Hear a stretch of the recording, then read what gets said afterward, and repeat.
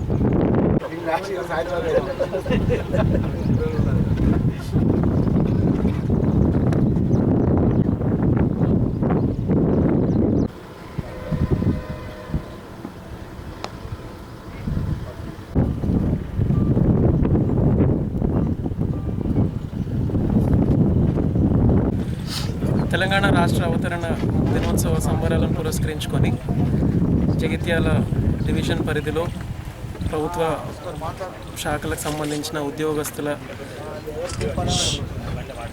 పార్టిసిపేషన్తో cricket, volleyball అలాగే badminton పోటీలను నిర్వహించడం జరుగుతుంది.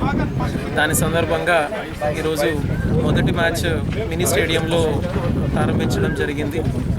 డిఎస్పీ గారు, అలాగే టౌన్ సిఐ గారు, మన జగిత్యాల తహసీల్దార్ అందరి ఆధ్వర్యంలో, అలాగే రెండో మ్యాచ్ కోరుట్ల వర్సెస్ పెగడపల్లి ఇక్కడ మనం ఎస్కేఎన్ఆర్ డిగ్రీ కాలేజ్లో ప్రారంభించుకోవడం జరిగింది.